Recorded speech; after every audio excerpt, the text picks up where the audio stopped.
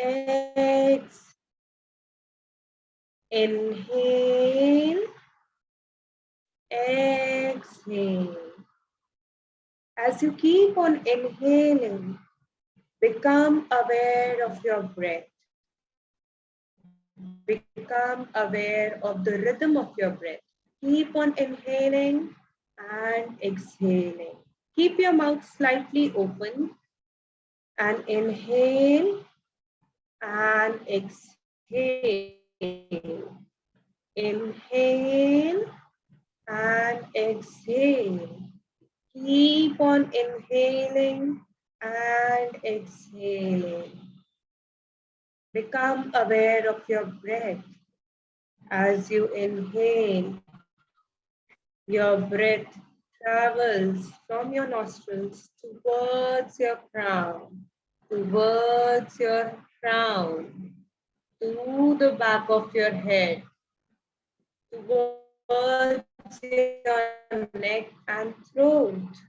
Feel your breath on your shoulders, your arms, your elbows, your forearms, your hands, your wrists, your palms, your fingers. Keep on inhaling and exhaling. As you inhale, feel your breath on your chest, your breast, your abdomen, your navel, towards the lower abdomen, your genitals, your pelvic floor, to your thighs, your knees, your shin bone and calf muscles, towards your ankle, to the foot, your toes, your sole of the feet, and towards your toes. Keep on inhaling and exhaling. Become aware of your body and each part of your body. Become aware of your breath. Become aware of all the sensations in your body.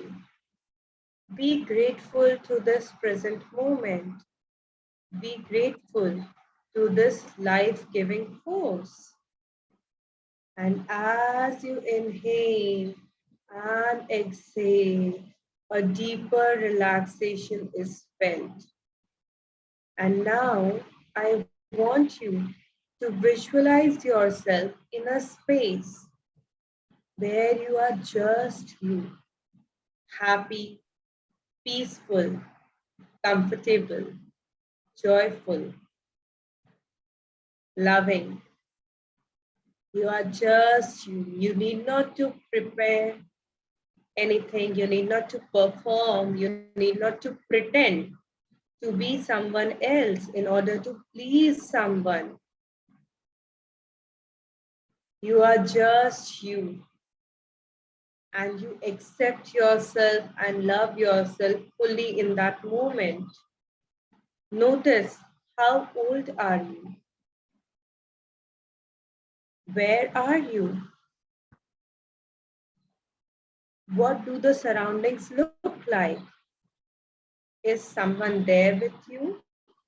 Just keep on breathing in this visual where you are just you. You are loved and accepted as you are. You need not to perform anything to get love. You need not to pretend anything to get love. Can you see yourself in this space? Just let me know. Suparna keep your eyes closed. It's okay. Keep your eyes closed and just breathe. Breathe into this moment. Breathe into this stillness. Breathe into this relaxation. And imagine yourself in a place, whether real or fictional, where you were truly happy. It could be in your imagination a place which could not exist in reality, but it could be your imagination, a place where you were extremely happy, or it could be a physical place as well, or it could be a emotional place with a person with whom you felt truly happy.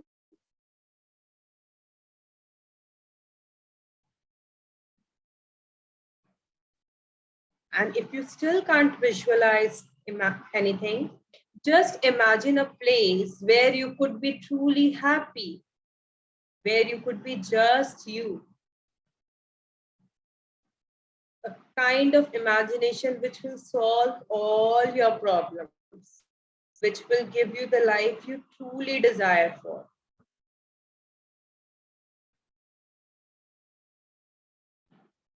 And just keep breathing into it. Keep on breathing.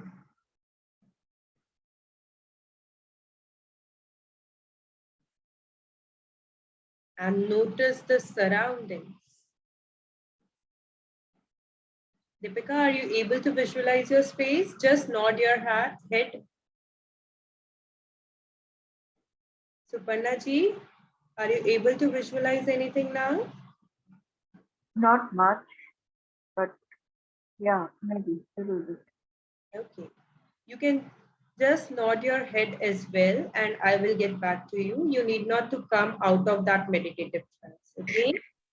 And it is okay if the picture is hazy. If you just keep on breathing into it, if you just keep on breathing into this visual of your happy self, of your self where you are truly happy, truly joyful, you feel safe with yourself, you accept yourself as you are.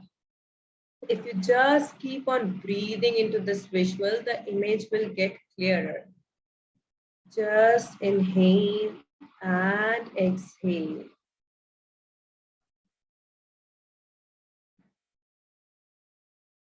Just inhale and exhale.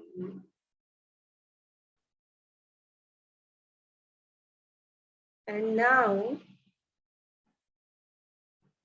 set an intention that today I will reparent myself. Today I will get a new perspective for understanding my child. Today I will view my child from a new lens. Today I will take a step to reframe our relationship, to redefine our relationship. And now smile as if it has already been met. And with this, slowly, very gradually, with your eyes closed, move your toes, move your fingers. Notice the surroundings around you, the room in which you are sitting, the surface on which you are sitting, the fabric on your body, the folds of the fabric, and gradually, very slowly, come back to the here and now. Gently, very gently open your eyes and come back to the here and now.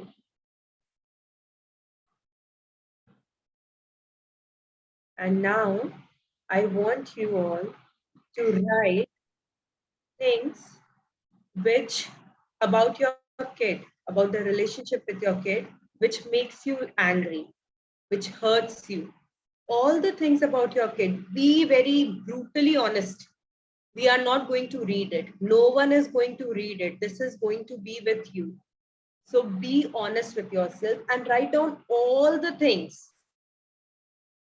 about your kid which makes you hurt, which makes you angry, which makes you feel that you are not enough, or which makes you feel doubt yourself.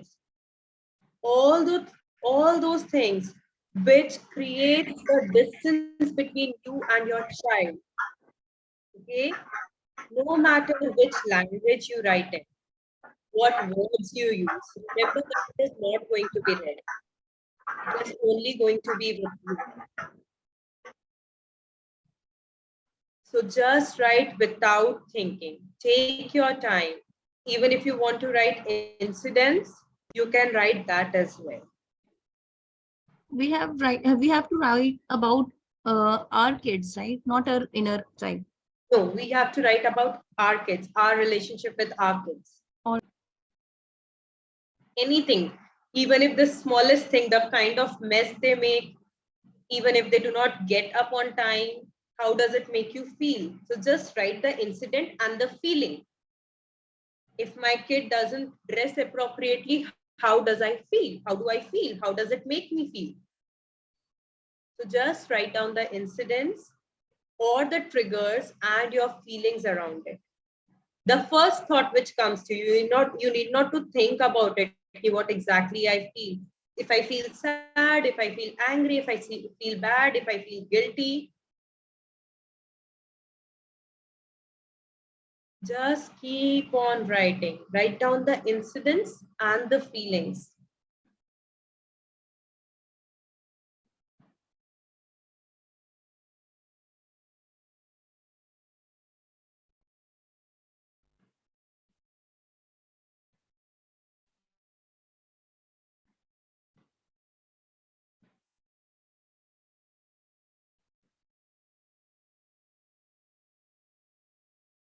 It is not going to be read.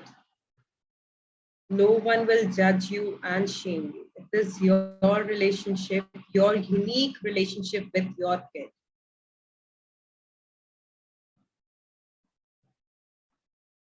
She is a part of you, he is a part of you, and you are part of her.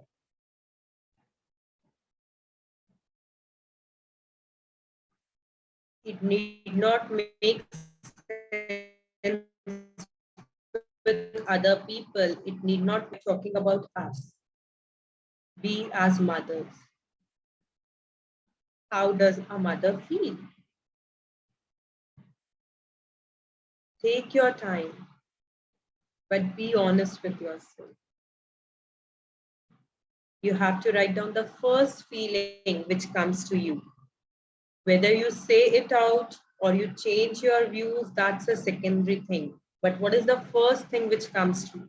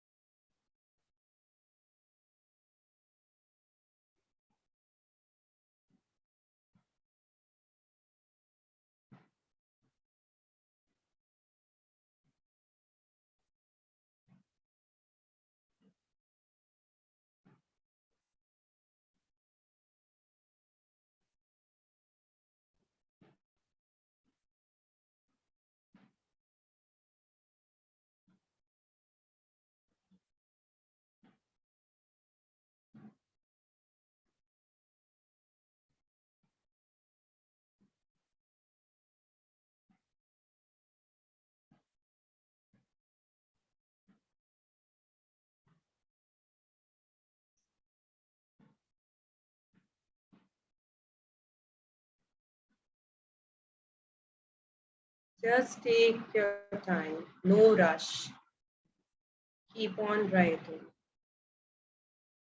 All the events, all tiny things, which may not seem big now.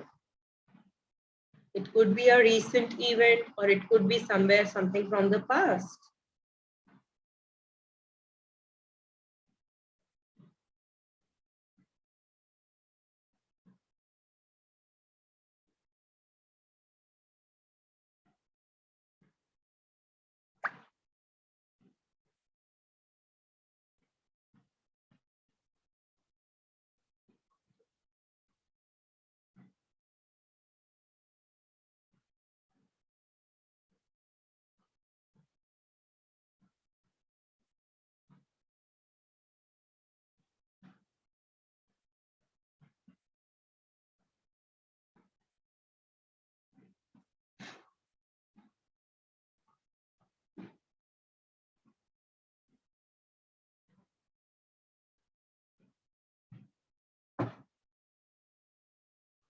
Take your time.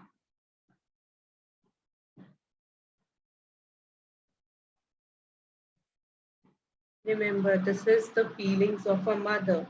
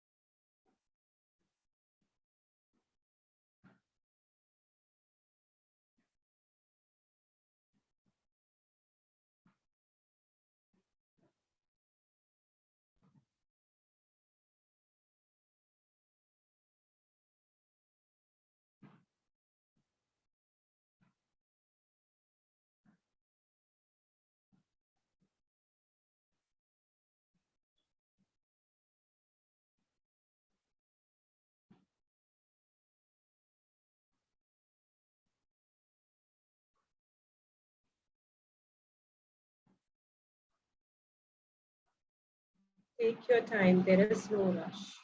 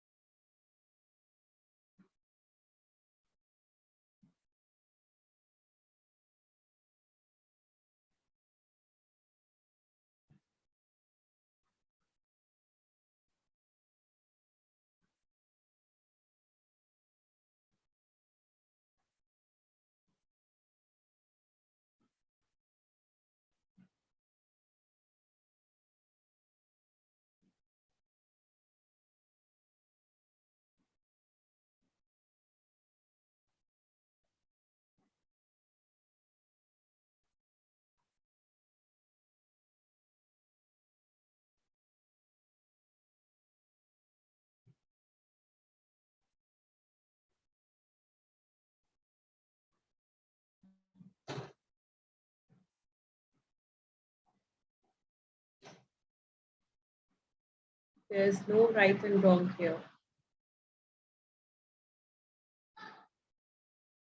Let me know when you are done.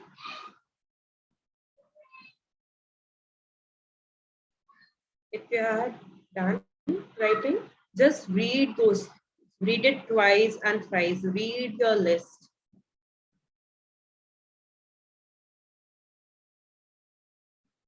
Read those lists. Read that list with the feeling that if this event is happening now, feel that mother's feeling now. Feel it fully.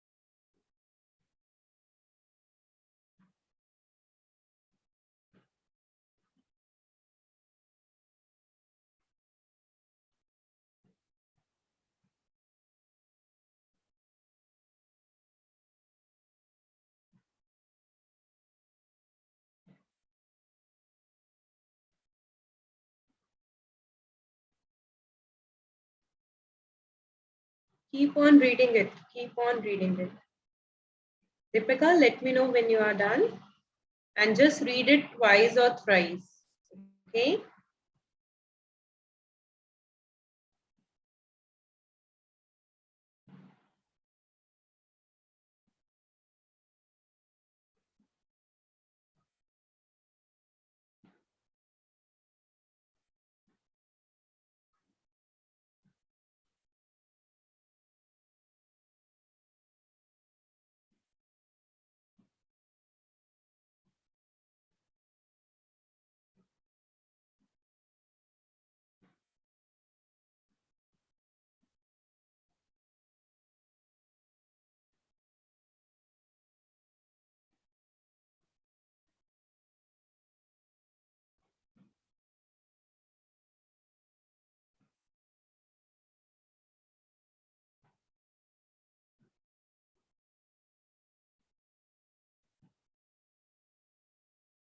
Feel those disappointments, those anger, that betrayal, that hurt, that pain, that sadness. Feel it when our child that did not understand us, the way they misunderstood us, the way they doubted on us, on our intentions. Feel it fully.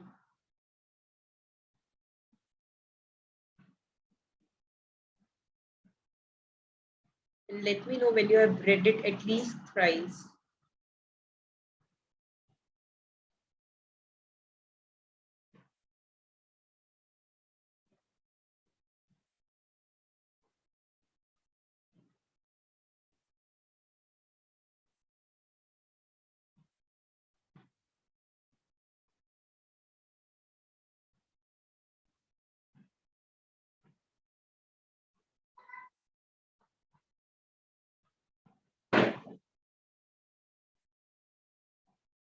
Yeah. Now, out of your list, pick up one incident which hurt you the most. Pick up that one incident which caused you the most pain. Just pick up that one incident. Out of the entire events and the incidents which you have listed down, pick up that one incident which actually caused you the most pain. Just pick up that incident.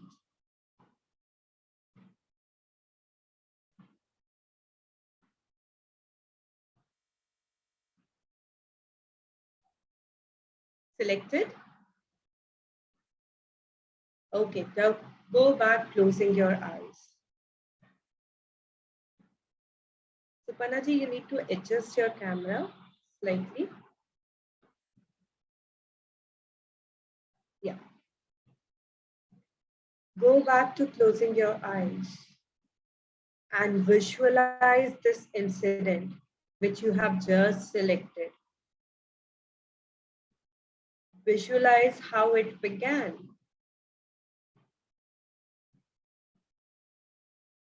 And what you said. And then what did your child understood and said to you?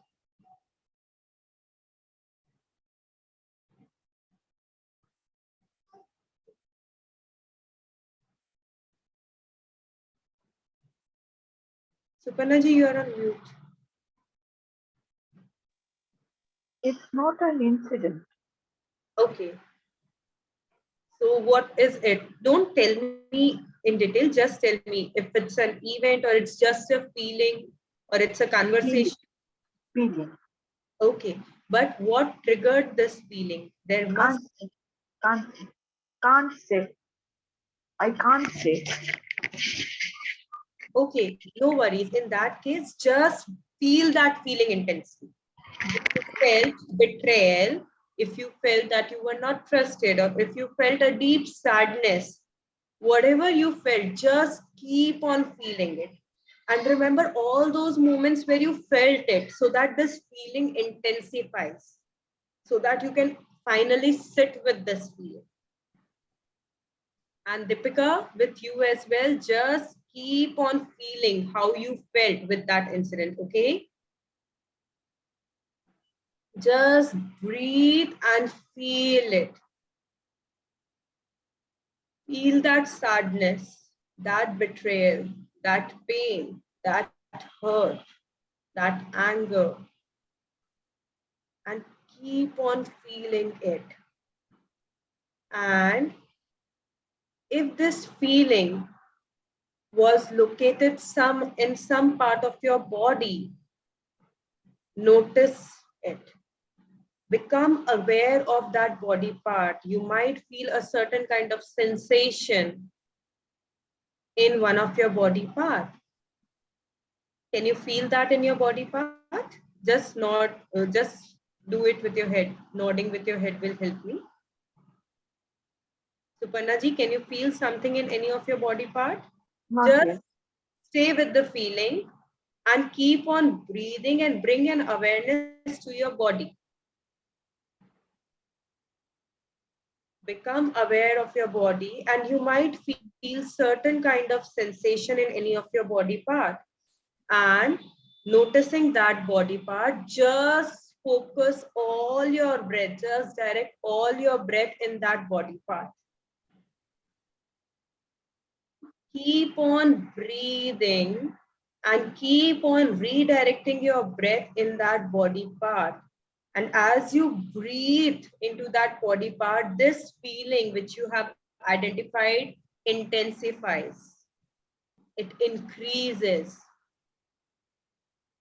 Keep on inhaling and redirecting your breath on that body part. Become aware of your feeling. And now go back to the first time in this lifetime when you experience this feeling. Go back to the first time in this lifetime when you experience this feeling. For example, if it was hurt, when did you experience this kind of hurt in your life for the first time? It will come. It will come. Just breathe into it. Just breathe into it and feel this feeling and see when you have experienced this feeling before this part, before this time, before maybe your child was born, maybe when you were a child yourself.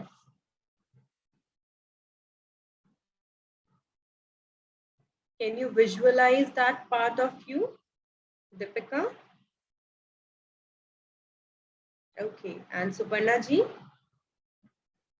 can you see that part of you where you felt this feeling with first time? Okay, just keep on breathing in that younger part of you, which felt this feeling for the very first time, and see what has happened. See what has happened just before it, which made this little girl feel it in a certain way. Feel this feeling, feel this hurt, this rejection, this anger, this pain, this sadness. Whatever your feeling is, whatever your core emotion is. And Deepika, would you like to share? You are on mute. You are on mute. Yeah, it's like I feel very triggered when my kids don't do things as per my schedule.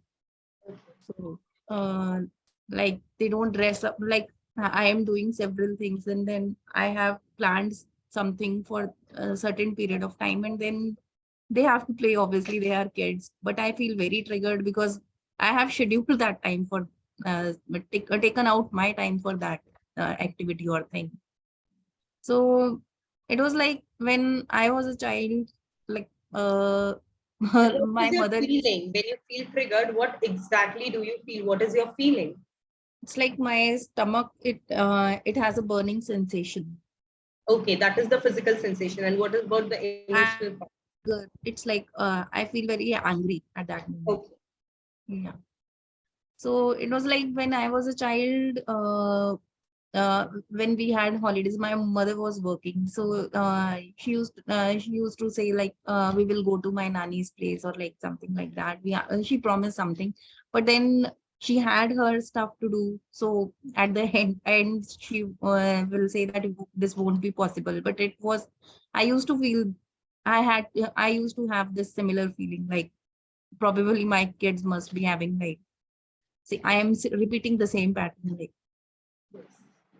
Yeah. Since you have done a lot of work, you identified the pattern. Yeah, Just yeah. stay with That's this anger for a while. Just stay with the anger of the child, which you have felt as a child when your mother was not able to hmm, do the things you wanted them to do. right. Okay, just stay with this anger for a while. Suparnaji, would you like to share with us? You are on mute. See, I have a very heavy feeling in my heart. Okay, this feeling, it has, I mean, over the years, I don't know how this started. Maybe when I was small, there were some promises made by some people that, like for to a child that, okay, I'll give you this, that, and all.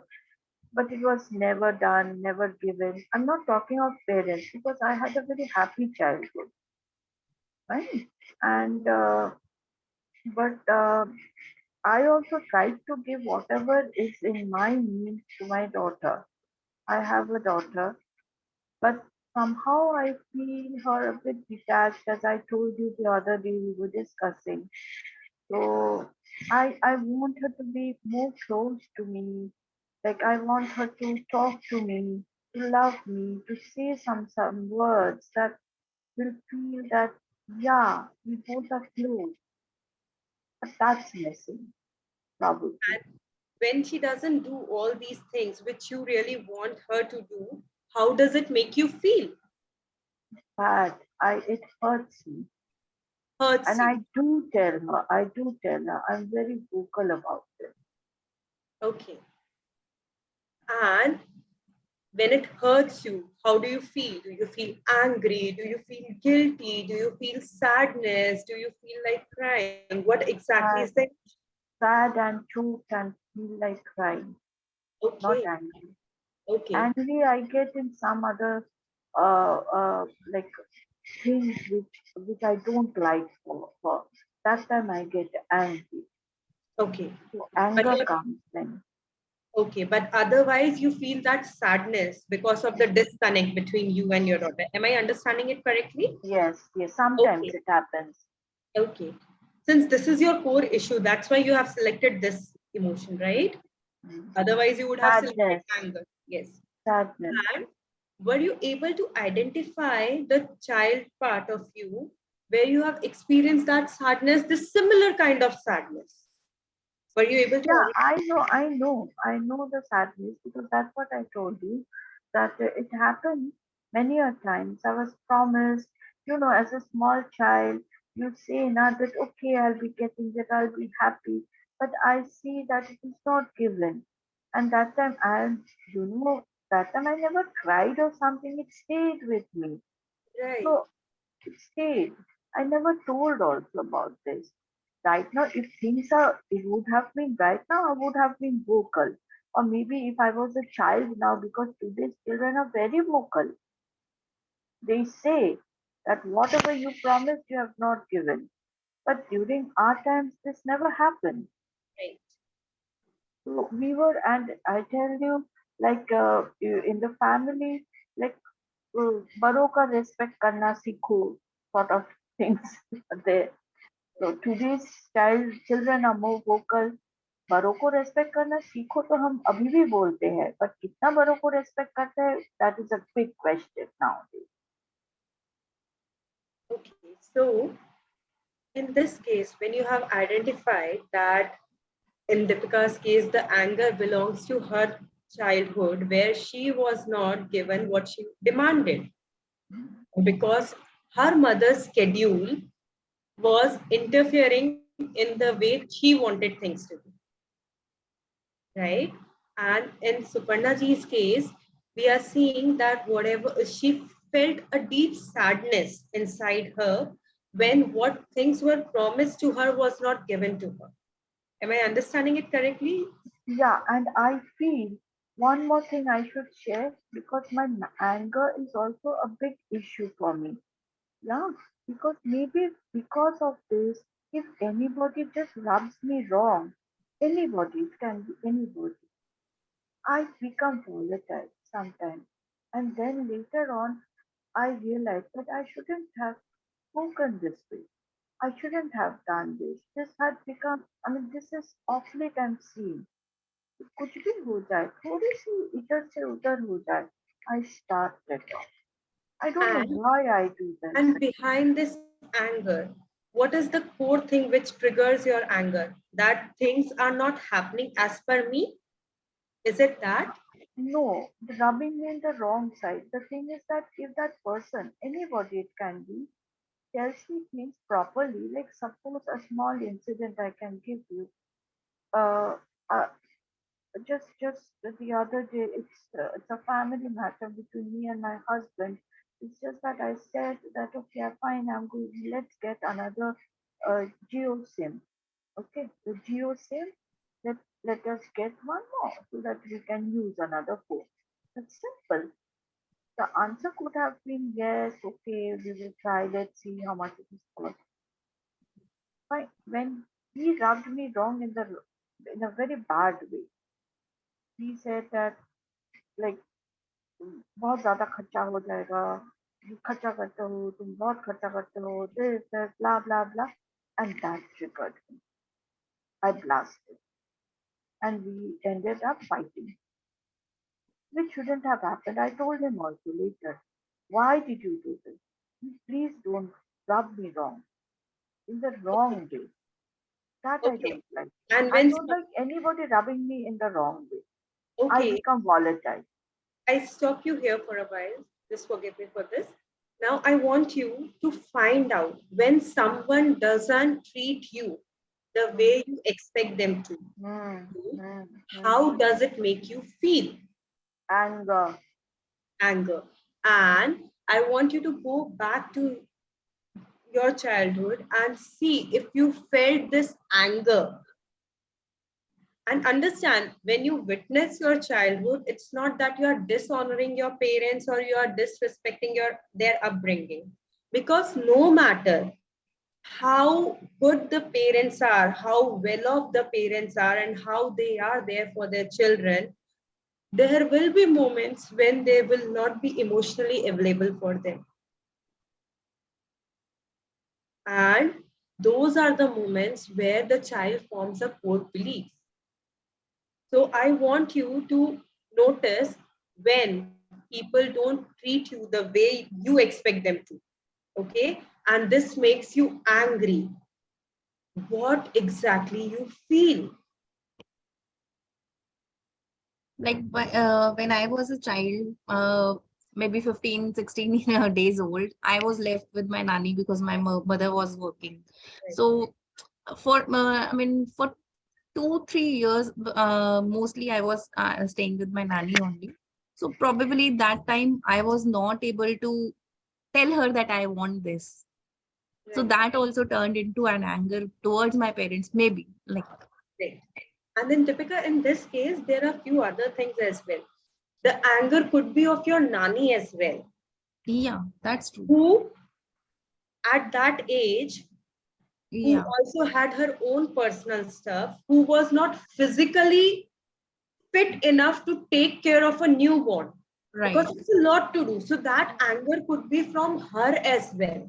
And then I, like earlier, I told you she was looking after ill Right. her mother-in-law also, Right. and So she had a lot to do. I mean, she had to. I mean, they had property, so she had to look after that also. So So even if the anger was not because this child is there, the anger would be because of the overwhelming amount of workload she had exactly. to deal with. Yeah, And that. as a child, we are so absorbent that we Mm, absorb everything from the other right. person in an attempt to make the pain of the other person lessen. We want Right. to lessen the other person's pain. Mhm. And Right. and this is what we call as a magical love of a child. Right. That in order to reduce their pain, we take their pain as well. So Yeah. if I feel that this anger is causing her so much pain, I will take this anger. This is, an unconscious agreement between the Yeah. caregiver and the child. In Right. your case, it was your nanny as well as the mother who wasn't there, because Right. she was also angry and Mhm. guilty. Yeah, actually.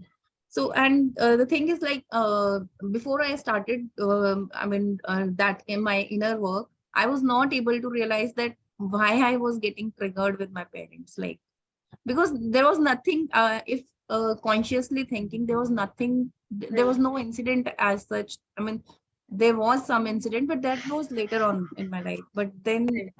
initially, there was not no such incident or proof that I should be so angry with my parents. Right. Suparnaji, now can you identify that, when people did not treat you as you want them to, you feel anger. But what exactly is the underlying emotion behind it? See, I can tell you, like, maybe what this can be like, maybe that is my perception. Like, whatever I wanted from my parents, not parents, or not exactly from my mother. She's old now, she's right now with me. It's not that I do love them, but the thing is that maybe at some point of time, how I wanted her to treat me didn't happen. Okay. So, and I try to be available. I tried myself to be available for my daughter always, but she never acknowledges this. This is where I feel hurt. Every time I am there to take her anyway, whatever she needed, I am there. Okay. But at least you should acknowledge that, yeah, you were there in my growing years. But this acknowledgement also is missing. Why? I don't Understood, understand this Suparnaji. generation. No, this is not about the generation. We have to understand the dynamics of a child and a mother. Okay? You know, even though we try our 100% to be the best parent for our child in both ways, the ways in which our parent can't be, right? For example, if my mother wasn't available for me, I will try my 100% to be available for my kid, Yeah, this happened with me. right? This exactly And happened. second, the truth is that we cannot speak in a language which we are not aware of. मतलब मतलब जो चीज मैंने देखी ही नहीं मैं वो चीज नहीं दे सकती. So if I have never seen or never received the kind of emotional attachment which I craved as a child, I cannot give the kind of emotional attachment which my child craves. I can give something which I think that yes, this should be given to the child. For example, if my mother was never emotionally available for me, I can try the ways in which I will be able to connect. I will sit with them every day. I will ask them about their schedule, about the day that hmm, hmm, hmm, was there, or I will just be with them while while they are eating their meals, or I will put them off to bed. I will do these things, hmm, right? Because this is conscious to me. hmm. And this I have learned because of my environment. My friends told me that this is how they treat their child, or this is how they connect with their child, or maybe I have read it somewhere that these are the ways I can bond with the child. Understand, these are practices which I am doing consciously, right? But what I craved for from my mother as a child, because I didn't get it, I don't know what to give. And this is something like I am giving so much, but my child is not acknowledging, while my child needs something else which I am unable to give. And therefore, you feel obligated that, I'm doing so much, still the child doesn't receive it. And the child feels unseen because what I want from my mother is she isn't willing to give me. My child needs space. Yes, because were you given space when you were growing up? Yes, very much. How did you know that? Because probably, like, which I crave for these little small things. Okay, these are not much, but I was given space probably, and that's why I grew strong. I am a otherwise a very strong individual. Okay, but maybe I thought that I did not. I am still very much available for my daughter. Every time she is in college now, she doesn't stay here. But uh, जब भी How do you जरूरत define पड़ती availability? How do you define availability, Suparna? What do you mean by that? I am available for my child every time. I tell you, it's been a week, just a week back.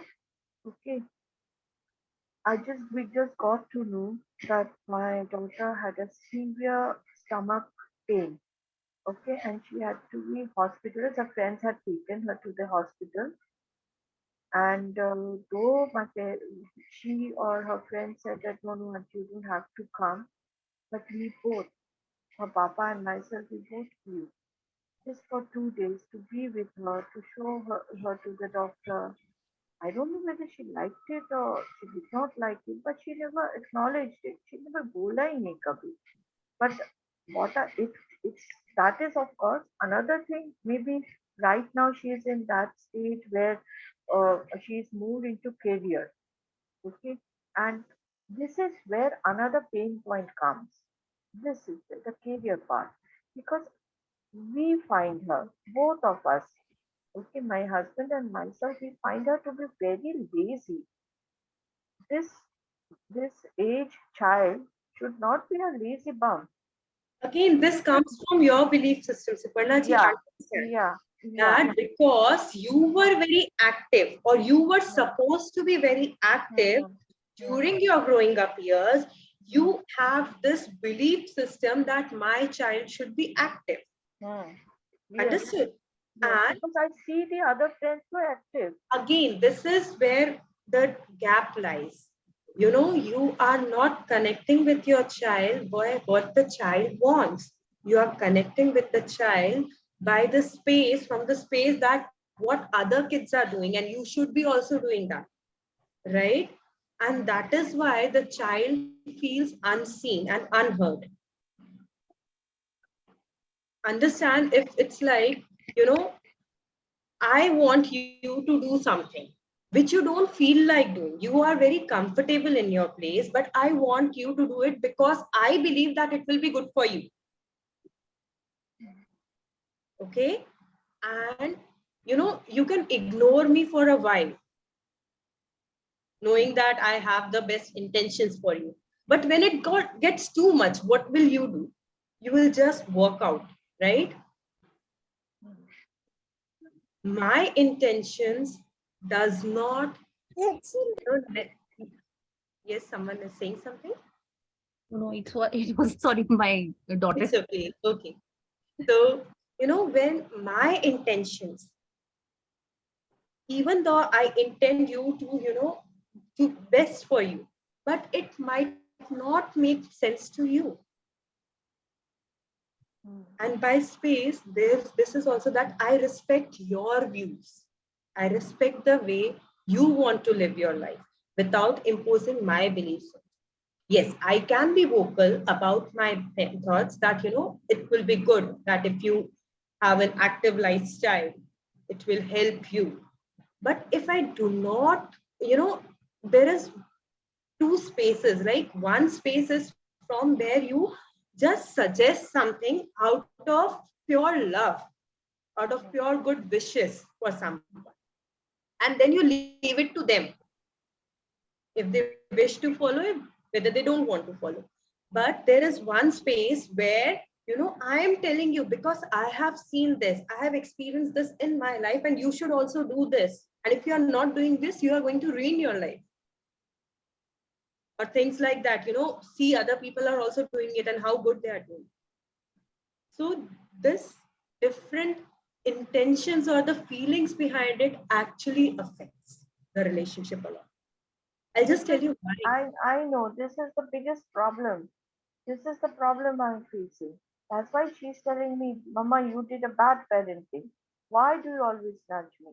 Yes, And it's why do not you enough. want to, do you want to equate her to other kids? Let's be very brutally honest with ourselves. Why do do you want her to perform as per other kids, or why do you want her to do all those activities which other kids are doing? No, no, not that. It's not that. I'm not saying that she has to come out absolutely first or something. I'm not saying that. No, It's it's just not that about in the first. middle. It's about the kind of thing which you consider as very acceptable and normal for this age group, Yeah. So right? I'm It's not seeing. about I mean, excelling in studies. It's about the your thoughts about what is acceptable for this age group. because see, this feeling comes probably because I've been seeing other kids around, everybody's children. So why will she like it? It's not that I'm telling her to that you'll have to excel in everything. It's just that you do the norms, the particular things which is to be done. Do it. Find it yourself. This is And the more you pressure her, the more you pressure her, the more you enforce your thoughts on her, she will go away, she will drift apart, and the connection which you really want to build, that will create itself into a distance, that will turn itself into a I understand absolutely. What you are saying is absolutely right. I know the reasons also. It's not that I don't know the reasons. It is not my subconscious mind is it is not going in my subconscious mind. And consciously it is happening. And I really know what is black and white. What it is she's been very straight, I've been very straight. And it is not that she's hiding her feelings to me. That okay, this is why it's not that she is also vocal that mama why is this happening, okay? So I know the reasons but I can't help it. That is my biggest problem. This is because why. somewhere it has been deep rooted in your belief system that Maybe I don't know, that is the understand biggest that this is problem. what we talk, me and Deepika share a same space. We are training under same coach, and he tells us that, consciously understanding something is very different than somatically understanding. Okay. So What does even that if mean? I know that, logically that I should be giving her space, I should not be Hmm, interfering in her hmm, day-to-day hmm, life, I am not able to do it when the moment comes. I hmm, go back to my old self. hmm, And that is hmm. why it is very important to see myself as a child. As a child, was I expected to perform as per the other kids? Was I constantly compared with other kids in some way or the other? Or was there a constant competition between me and my siblings or my cousins or my friends in the society? Maybe it is within me only. Yes, It's but not that my parents never did that, but no, your probably parents me. might have not done it, Me but did it. you I might did have it. felt. I Understand? did it. I felt it. I felt. You felt I it, did it right? because my friends were much better than me. I Yes. okay. Probably I did well, but they did even better. So I couldn't rise to that part. Even today also I lag in some things. Okay.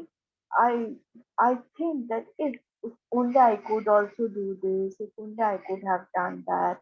This feeling it does come in, but Yes. yes, And Supanna, I want you to stop here.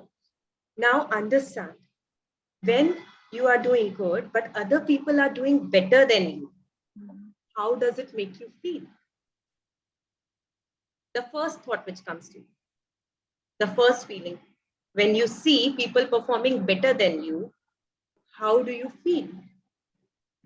first I feel sad that okay, and then I accept it. That is my destiny, probably. Again, you are not accepting it as, something. It's okay, they have their own life, they have their own skills, they are good at something, and I'm also good at few other things. You are accepting it as a part of, you know getting into that rejection mode, that it's okay, this is my destiny, right? Mm, mm. And do you see the pattern here, Suparna? Do you see the pattern here, that when your daughter doesn't perform the way you want her to be, or when your daughter does not acknowledge what you have done to her, you feel sad. And after a while, you feel rejected, that, okay, this is a part of my destiny. And do you understand now, when you have, do you understand that this is not because of your daughter. Understand this dynamic might be playing in different relationships, maybe with your partner as well. That, when your partner does not acknowledge your contribution, or when your Yeah. partner does not treat you the way you expect them to be, you might feel sad or you might feel angry. Mm. And the another layer which comes up is that maybe this is my destiny. You feel a sense of rejection. Does this happen to you? So it is not about your daughter then, right? It is about your relationship with everyone, every intimate relationship you have, every close relationship with you, which you have with people. I don't know, but I don't. I mean, It's I'm not not that that you do much it bothered consciously. about others. Yeah, because No, maybe otherwise, you have just three people, just two or three people in your life. Does it happen with those two, three people in your life? especially with my partner and my daughter, especially it happens. But Yes, others, so others, because so these are the most intimate relationships, right? yeah. These are our the most intimate relationship is with which we have with our parents, Mm, and that time our nervous system is not developed. mm, And then when our nervous system is fully developed, the most intimate relationships we will be having is with our more romantic partners mm, as well as our child, mm. right? And Yeah. since what the point I'm making here is that this is not about your daughter not acknowledging or your partner not acknowledging. It is about this deep feeling that I am unseen, my efforts are not acknowledged, I do not matter in your life. Does that make sense to you? Right? What about you, Deepika? It does make sense. Like my mother she has also done everything for me. It's not like she has not done things Right. for me.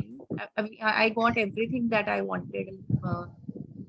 I mean, whatever they could afford, she has given. But the basic need, like, I'm not able to accept her love, like, because there was a break in bond. So it's like the main ingredient is missing. So I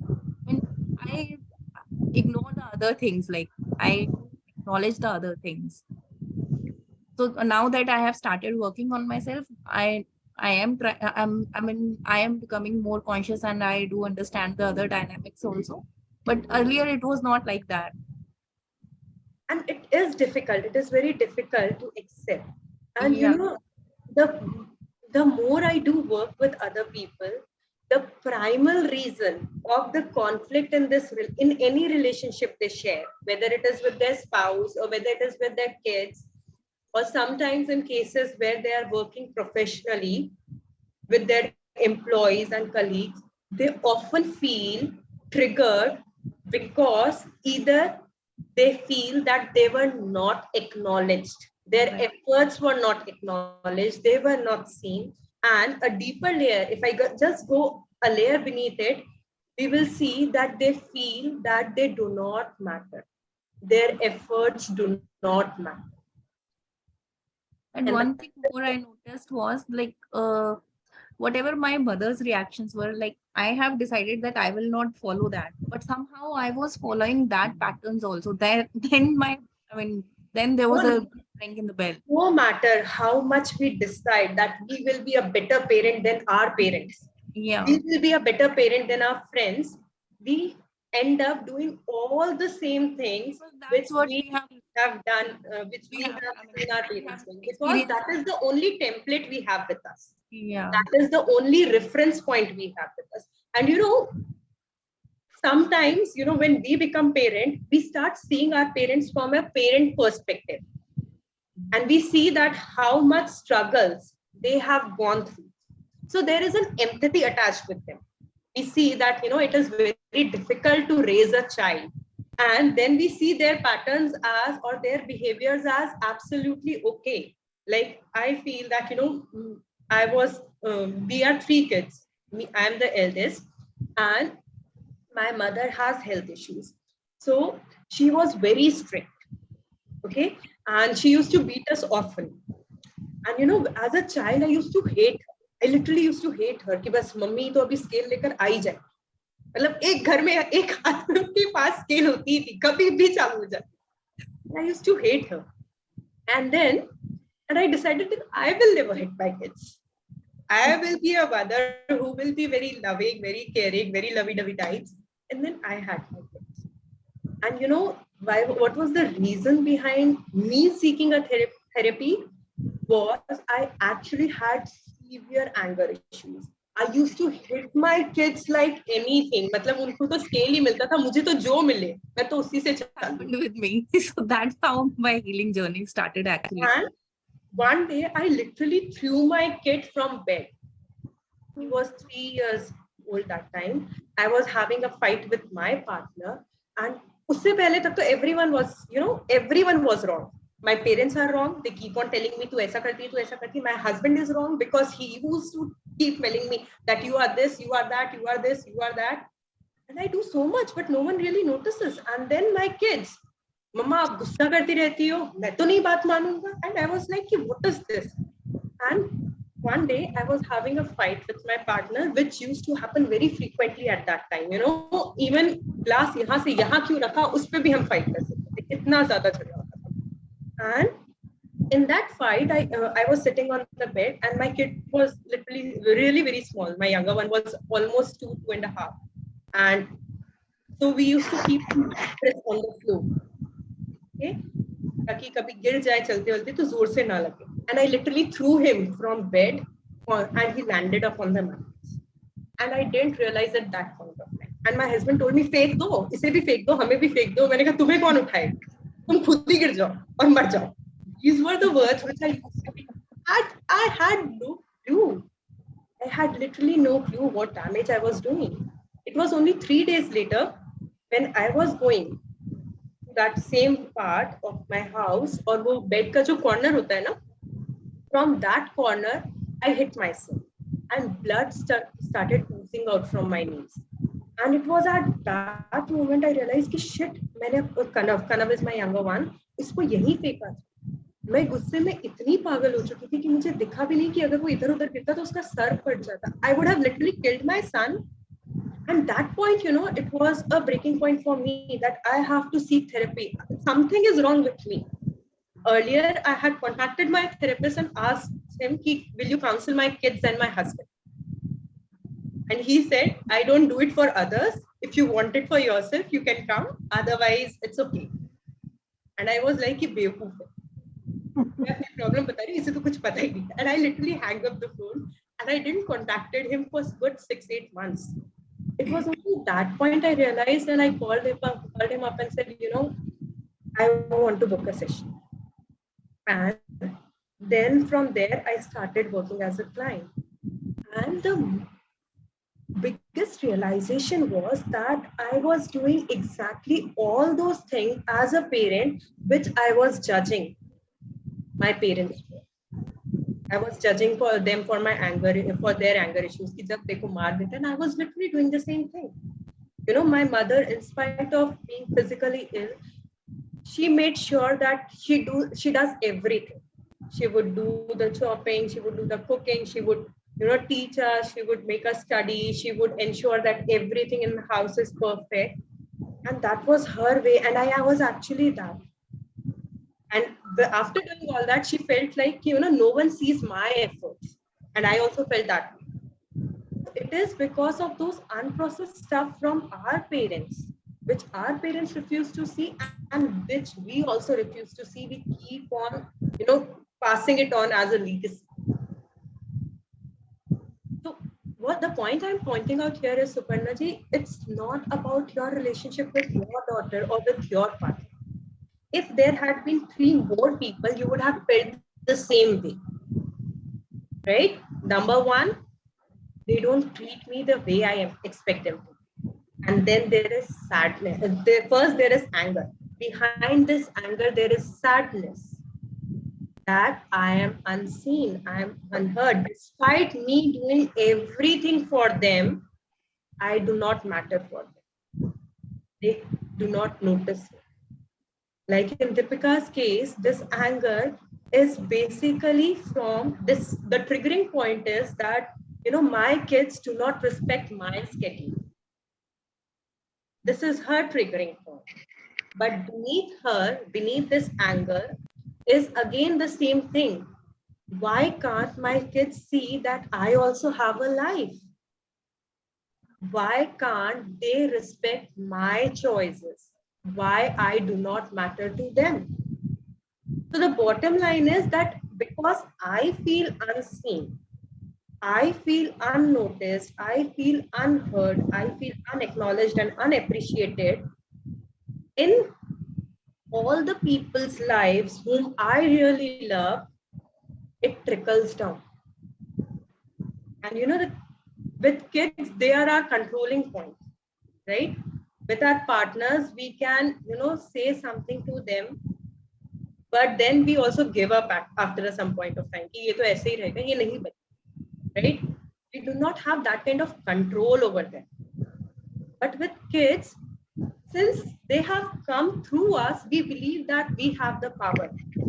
Otherwise, if you will see the flow of love should be from the elder one to the younger one, from a mother to the child.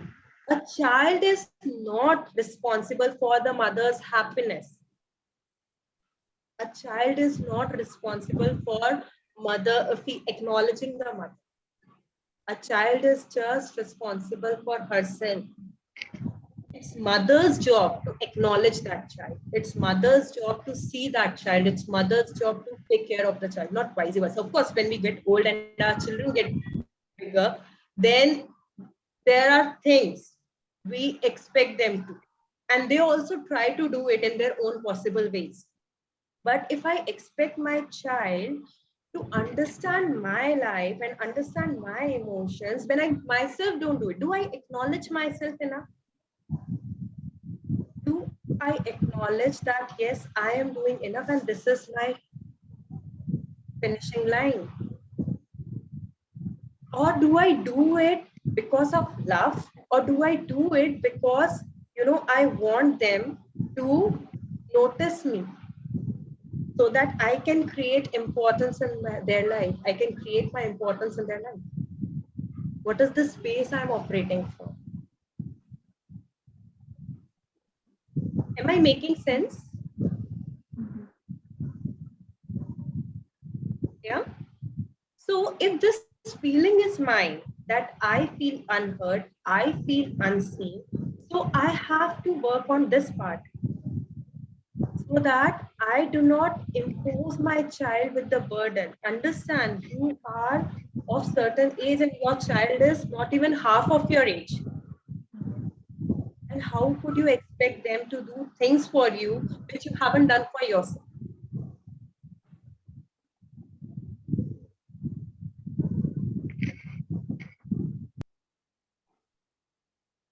Just because I was raised in a sort of, you can continue, but I really don't think that it could help because we are in the middle of the exercise. But you can still be a part of the group and then you might check it from there, okay? Okay, okay. Okay. So,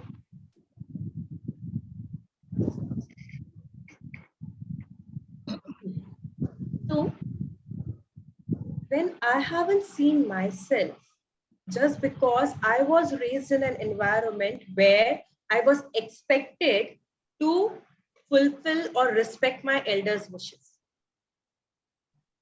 But this was expected out of me. I wasn't doing it willingly. And even if I was doing it willingly, why should I expect that my child will also do it willingly? She has her own identity. She has her own wishes, right? During our times when we were brought up, the things were very different. Children were not exposed to so many things. Their life confided in their family or the people around them. But these days, every person has virtual relationships. There is so much exposure. And how could I expect my child to be in this century, in this day, and behave like the person who was 40, 50 years back? I mean, it's so unfair for the child, right? We didn't had so much of choices, and therefore we were compelled to do certain things. But they had choices, and what harm is there if they are trying to exercise their choices? Why it is hurting me? Because I feel disrespect. Because I feel that if my child will continue with their choices, they will leave me. I may not fit into their world, and I will be abandoned by my child. This is my core fear, that my child will not connect with me, and therefore I try to connect with them through control and fear, through emotional blackmailing, through manipulation, by telling them, see how much I have done for you. But the truth is that the more I do it, the greater is the distance between us. Instead of imposing my choices, what if I question them and try to understand their views? And maybe I would realize that has got nothing to do with me. It has nothing to, they are not even thinking of disrespecting me. For example, I'll just share one example. My son is, very strong-willed. If he decides something, he will do it. If he will not decide it, he will not do it. No matter whatever you do, Sam, Dam, Dand, Ved, sab laga do. So before my therapy work, before I did work on myself, I used to question, tell him कि ये कर, ये नहीं करेगा ना तो ऐसा हो जाएगा. वियान ढंग से पढ़, ध्यान से नहीं पढ़ेगा ना तो फेल हो जाएगा. फिर सब मजाक उड़ाएंगे. अगर नहीं पढ़ेगा, नहीं सीखेगा तो टीचर नहीं देखेगी. I would always tell the consequences. And when I did the work, I started questioning him. And I asked him, Vian, why don't you work on your handwriting? आपको handwriting अच्छी लिखना आती है? बोलता है, मम्मा, मैं बड़ा होऊंगा तो क्या करूंगा? मैं काम करूंगा ना. काम पर तो लैपटॉप पर होता है, तो राइटिंग से क्या लेना देना? I mean, he wasn't doing it intentionally. He had his own view. Similarly, when there are multiple incidents when you will just question them about their choices with an open mind. That why do you choose this? Why do you want to wear this dress? Like my son will always wear black. If you'll just open his cupboard, you will find 100 shades of black. And it used to instigate me because I felt like कि हर बार यही पहन के आ जाता है, कोई भी मिलता था, इसके पास कपड़े नहीं है क्या? And I used to take it personally. They are telling me that, look, you are not a good mother. You can't even take care of your child's clothes. You can't even dress him properly. This was what I understood. And I kept, nahi, aaj ye nahi pehenna hai, abhi to yahi pehen ke jana. And every time when he used to go out, there would be a struggle. फिर या तो वो रोएगा या मैं गुस्सा करूंगी. And since he is a child, he doesn't have a lot of autonomy. He has to give in, but he will cry and he will give in, and then he will look at me with the kind of hatefulness, a kind of, why do you do this to me? This kind of look to me.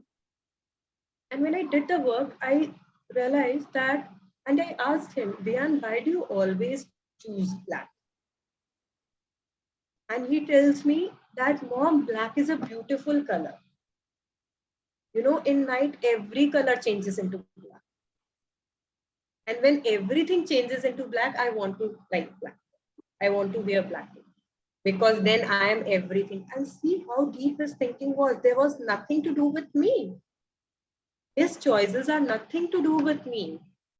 It is my belief that I start believing that, he is doing it to hurt me, or he is not following me.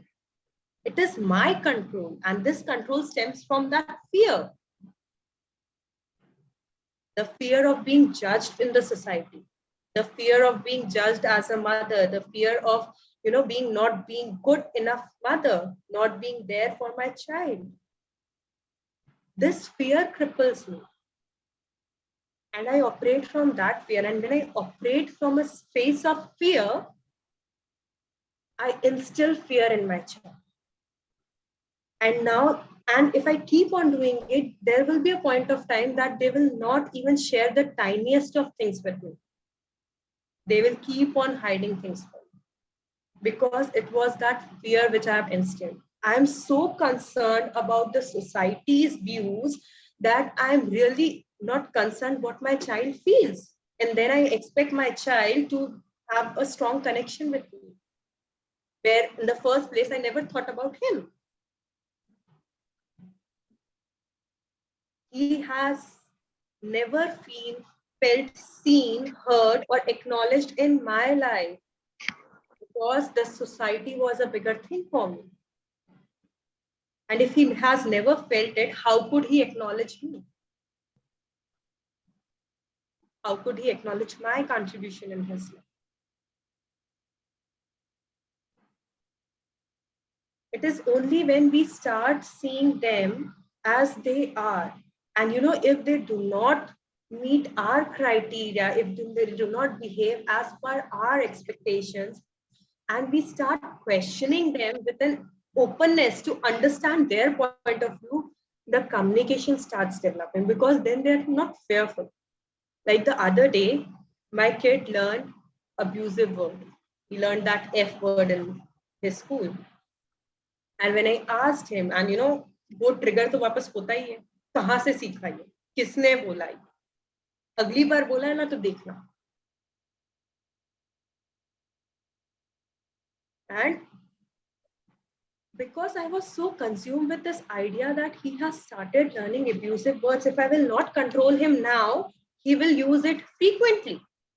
This will be a part of day-to-day language, and then when he will speak in front of others, people will start telling me कि इसको क्या संस्कार सिखाएं. I operated from that fear, and with this work, we start acknowledging our triggers. We start understanding that something is triggering us. It's not, and then in night while I was putting him to bed, I said sorry. I overreacted, and I asked him, why did you use that word? What that word exactly meant to you? And he said, Mama, जब भी कोई परेशान करता है ना तो उसको ये word बोल दो तो वो चुप हो जाता. That was it was my belief that he is learning an abusive language. And I told him, instead of this, you can always choose different methods.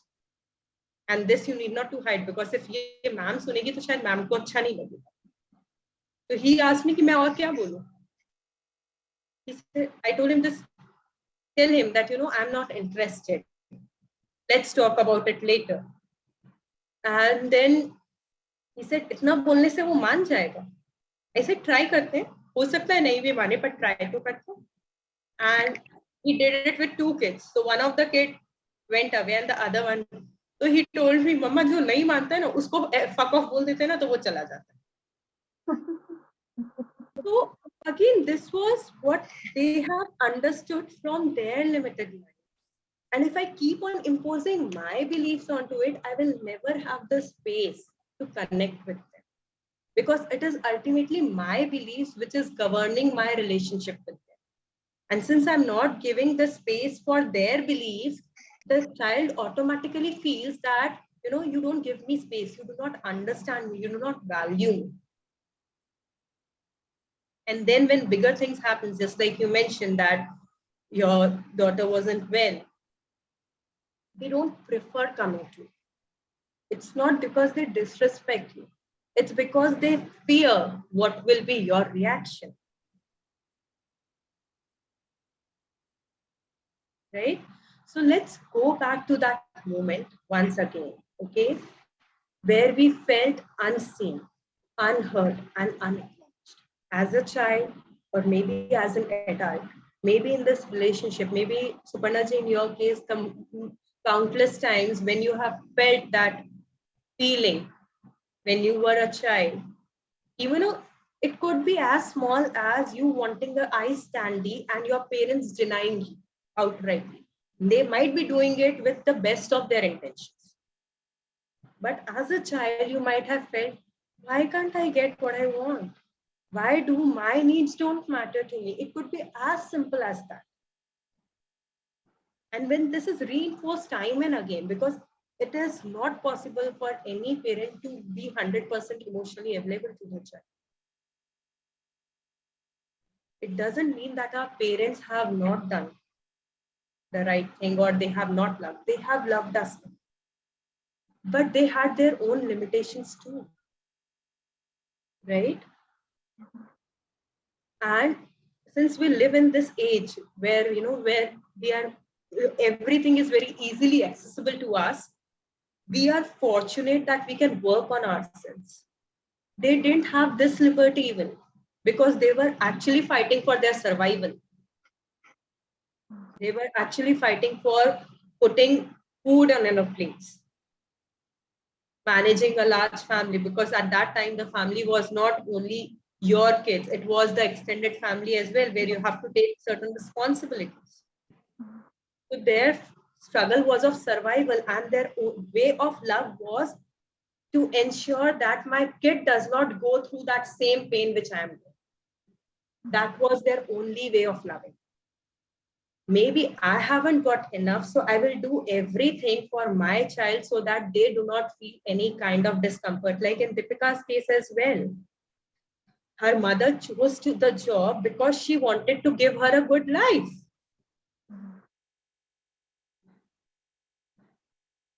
And this is the fact that, even though our parents do whatever they can, their love language will be different from what we expect them to. There will always be a gap. And similarly, in whatever we do for our children, their language, our children's love language, the expectation of love will always be different from what we give them. And the only way to bridge this gap is to give a space to their beliefs, to their opinions without any judgments. Right? So let's do this exercise. Just close your eyes. Close your eyes and breathe in and breathe out. Keep on breathing in and breathing out. As you inhale, notice the anger you feel. Notice the sadness you feel. Notice the rejection you feel. Notice how you feel hurt when the child doesn't acknowledge you, when the child doesn't respect you, when the child does not see your efforts.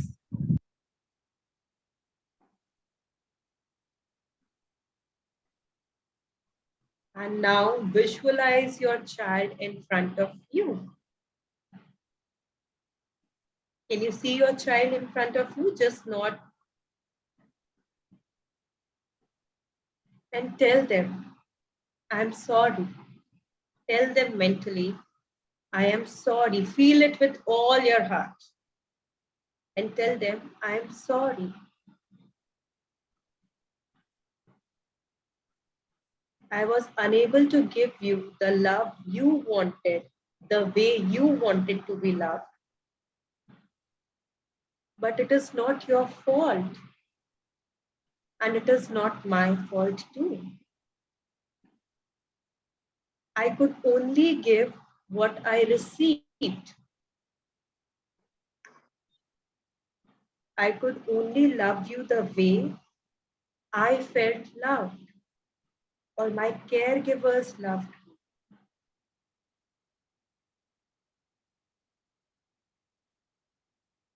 And I'm so sorry that I judged you from my space of lack. I'm so sorry that I judged you from my own belief system.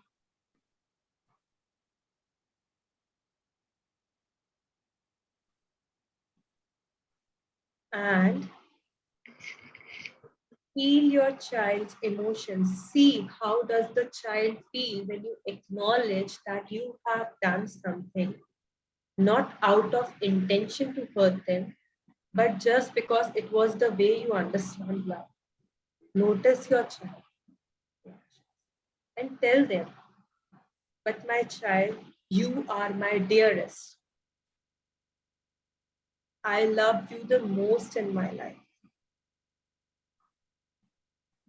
You are the most precious thing which could happen to me.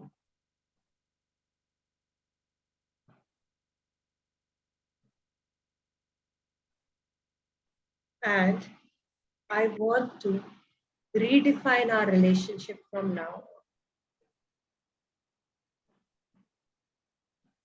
Give me a chance so that I can understand you better. Give me a chance so that I can love you the way you want me to love. Give me a chance so that I can understand you from your perspectives too.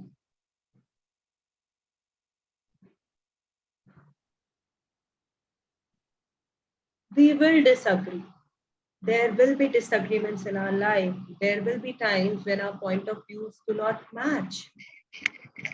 But I understand that it's your life too. And I want you to give the freedom so that you can choose to live the way you want.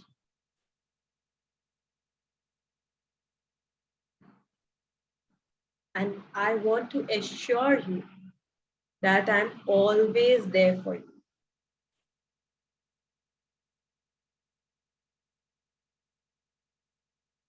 I'm always there for you. Even if I do not accept your point of views, even if I do not accept the way you want to live your life, I'll still give you the freedom to explore your life in your own ways. I know that it has nothing to do with me. I know the difference that you are not rejecting me, you are just honoring yourself. Even if you do not agree to me, that is okay because I want you to know that I am concerned for you.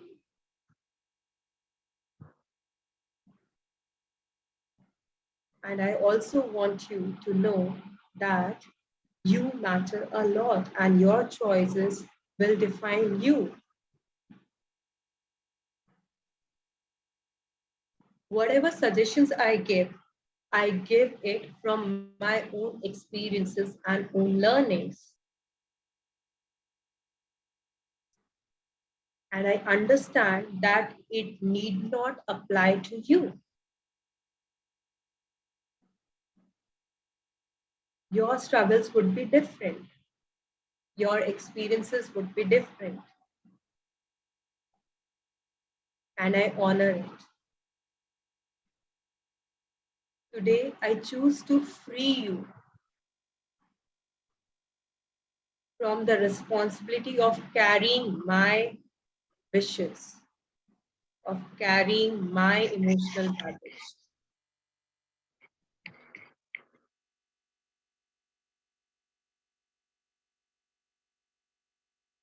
And now imagine a cord connecting you with your child. Imagine a cord connecting you with your child.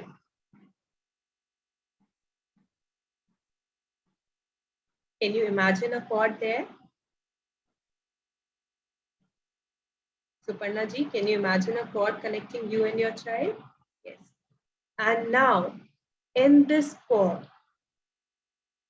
from the greatest love of a mother, of being a parent, send all those wishes and blessings, the happiness, the joy, the prosperity, the abundance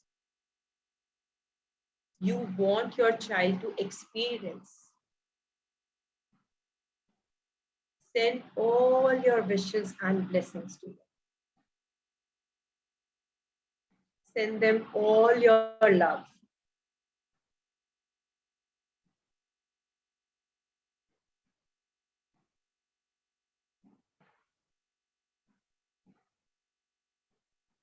The purest of love, which has no filters of judgment. The purest of blessings, which only a parent can give to their child.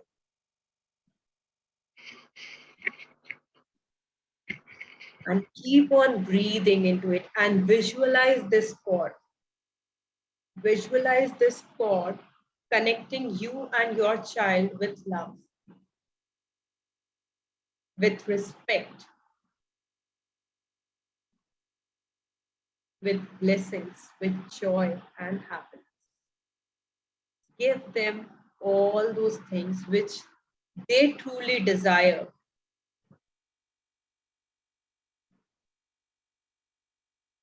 Give them all those things which they truly deserve.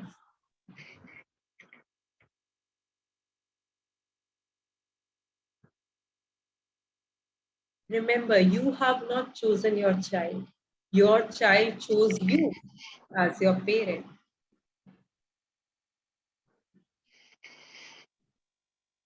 And even though you want them to behave in a certain way, they have their own soul's journey. They have to learn from their own life. And you can just support them for their highest good. Send them the love, send them the space, send them the understanding.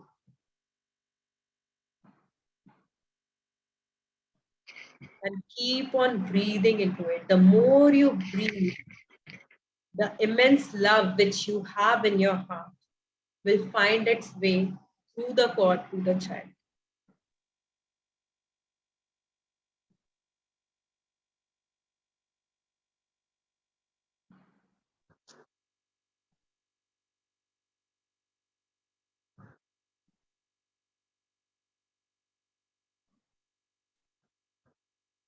And when you have fully given, fully emptied yourself with all the love your child desires, come back to the here and now and write, start journaling about this experience. Take your time, there is no rush. Give them all the love they need. Give them all the support they need. And when you feel that you have given them all,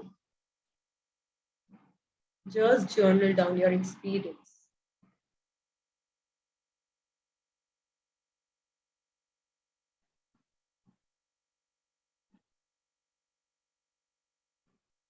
Without thinking, without stopping, just write it down.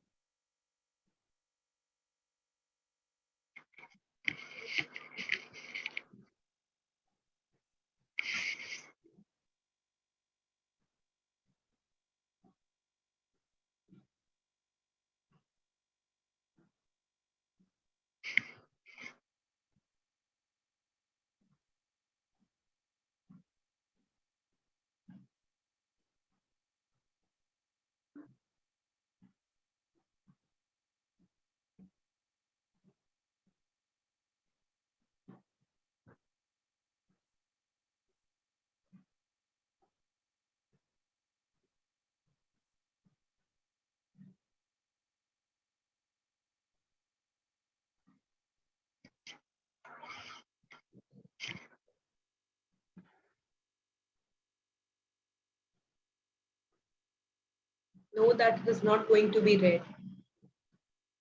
You can be 100% honest with you.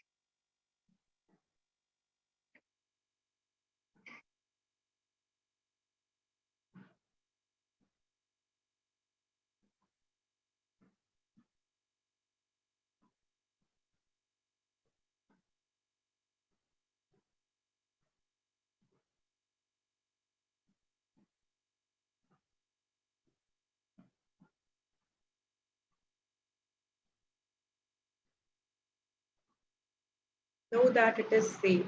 I'm holding that safe space for you. Take your time and write down honestly about your experience. No one is going to read it. Even if you find difficulty in sending, that is okay. Even if your child wasn't willing to receive it, that is also okay.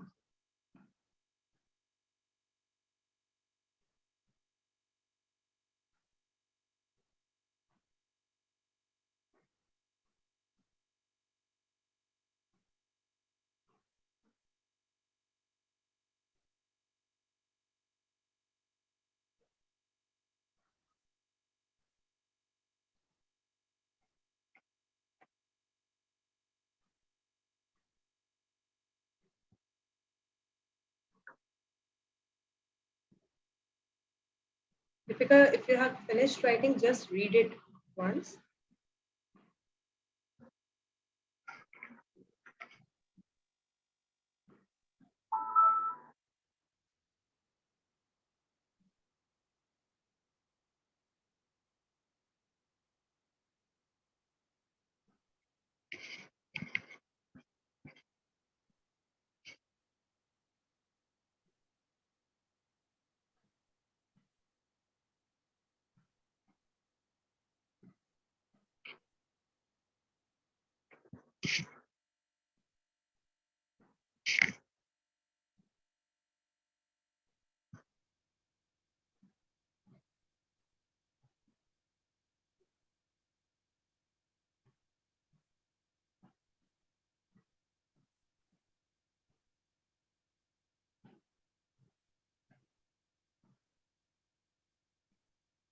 So, Panaji, have you written about it?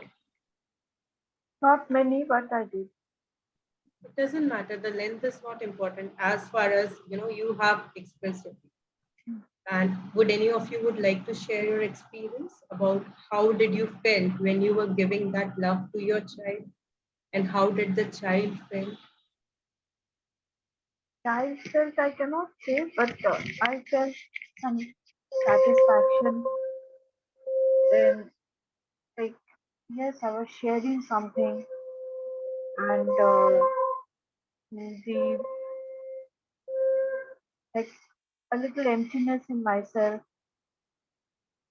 then overwhelming, and of course, a question also arise whether whatever I'm giving is it for good.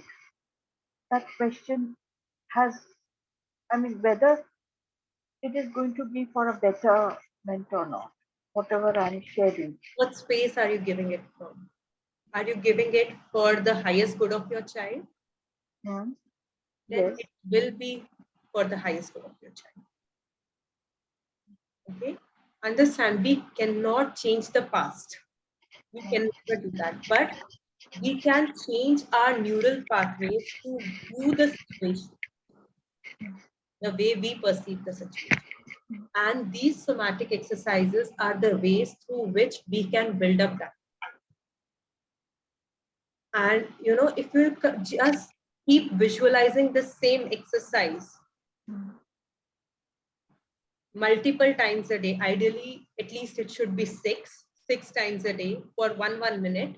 And if you keep doing it for 21 days at least, you will find a change in yourself, the way you view your child.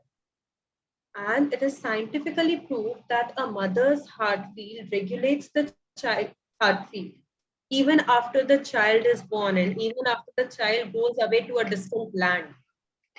A mother's heartbeat continuously regulates the child's heart. And if you keep building on this somatic exercise, you will feel that your perception towards your child is shifting. And even your child's perception towards you as a mother will shift, because then they will start seeing the love beneath your reactions, the concern beneath your reactions. Right now, you're trying to control, and they can see that control. But when you will start showing the concern and give them the autonomy of their life, they will also start seeing your concern. and it has to happen somatically as well. Of course, there are multiple things to take care of. We have to take care of our own childhood and the way we felt during the pregnancy of our child.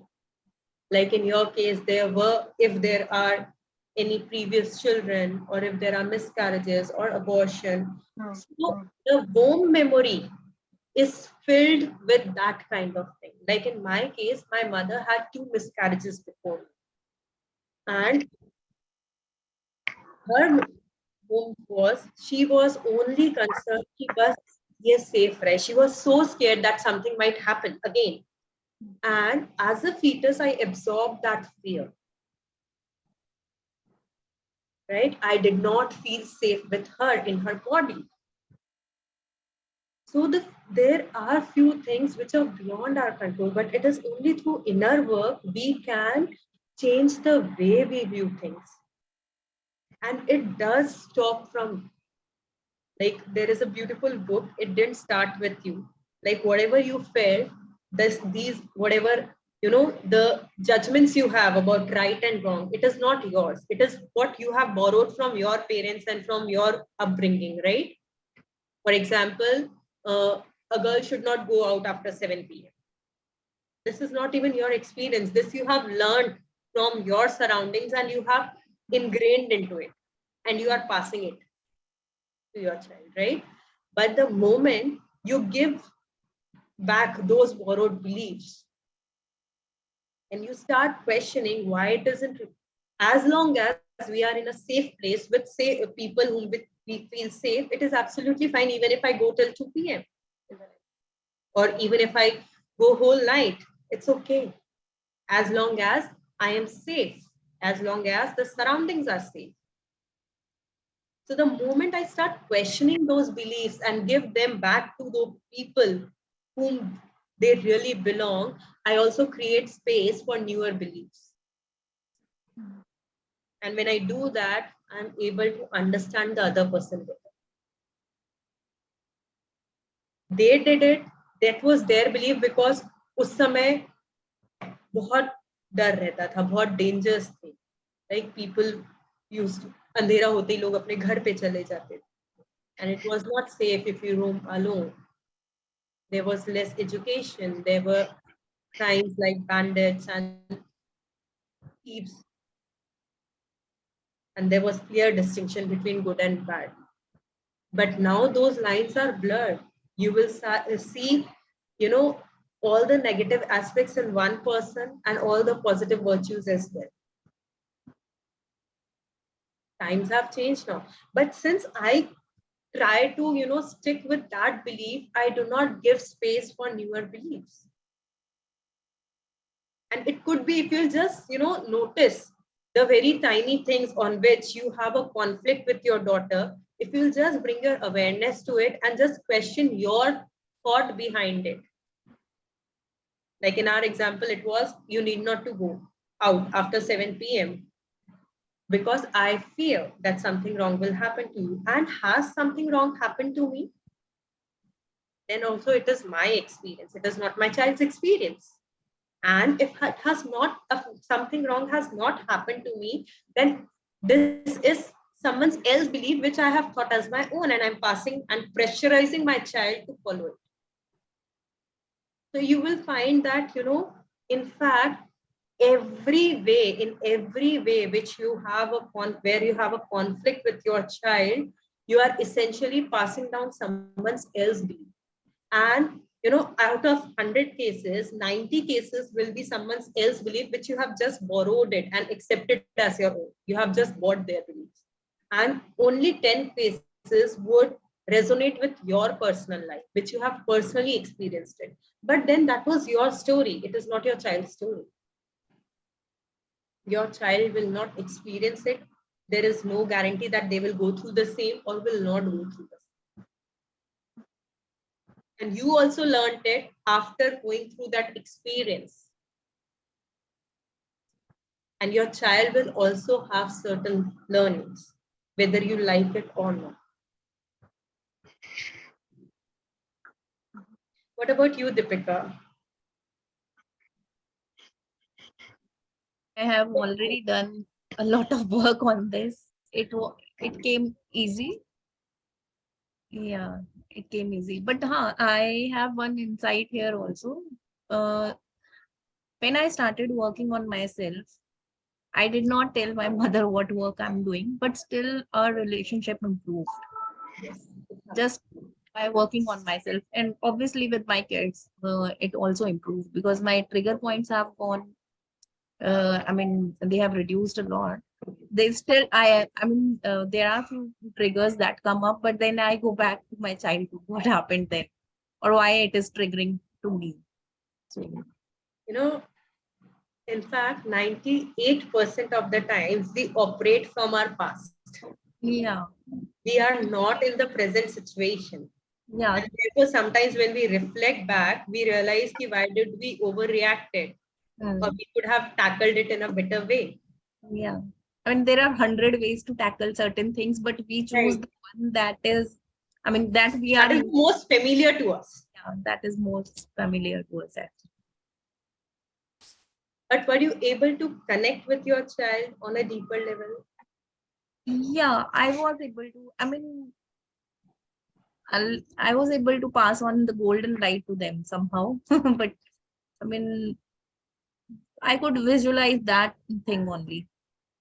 And how did it make you feel when you were I doing felt happy. I felt happy, and also felt like they are also getting the energy, that golden light. So, that's good? Saurabh, what about you? Were you able to do this exercise? Not exactly. I was just like imagining it, but then Mhm. I didn't write anything. But yes, like I was doing this exercise, and Mhm. like I could feel that yes, a thread is connected with my child, and I'm trying to give him the love, and I was trying to imagine that uh, like love in what sense? Like I mean, if I'm giving him good education, is that love? If I'm giving him freedom, is that love? So I was just trying to recall that, you know, like what all I can give him so that he can connect with me in a better way. That yes, he is my dad, and like I should have this kind of a relation with him. So You this know, was there. Saurabh, you need not to do anything extra. You know, your child just needs you Right, they right. just Yeah, in want. the I most could feel this. authentic part of I you. could, yeah, I could feel this. I could feel this because, like, when I was trying to imagine that what all should I do, then somewhere I could feel this that just being there for him is like more than enough. Right. You know, Like when we do accepting it, them as they are. yes, That's the, when we do it from Understanding the them, space of understanding giving them. something, Yeah, it understanding becomes a them. burden. Yeah, and And they it do just, make better choices. Like when we accept them as they are, they do make better choices. Like they won't. it is They only when we impose our beliefs on them, yeah. it is too much for them. It is too much right, for them. right, right, I mean, I am carrying the beliefs of so many generations, and I want my child to carry it on my behalf. That is so unfair. right. So, any takeaways from this session? Um, I could find out my trigger points again. Like somatically, I could see that now. Yes, you know, in fact, when you will just, even if you react on that moment, you know, it happens often that, you know, bus is getting, we are getting late for the school bus, and yes, we are. But if you know, after that, if you'll just realize, it's okay, वो बच्चे ही थे. Right. Like my So daughter, the she moment it just subsides down, you know, it doesn't carry on forever. yeah. Like my daughter, every day she has to cry because I put on sunscreen and then cream, and she gets so irritated by it. And I also feel equally angry, even more angrier than her, because I know that it's good for her, but still, I mean, and then I know that somehow it's also like it's not her choice. She conveys that to me, I don't want it. And Passion. somehow I mean I need to figure it out, all this thing, like why I am imposing this thing. It's a very, Understand underlying like you yeah, are doing it out of concern, right? yeah, But if you just go beneath it, what are you fearing?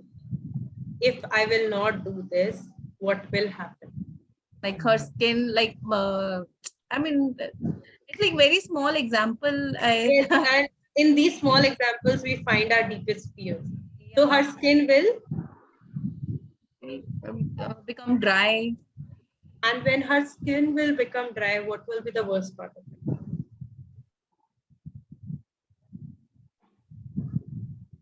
If her skin becomes dry, what will be the worst part of it? Be open. No one will judge you here.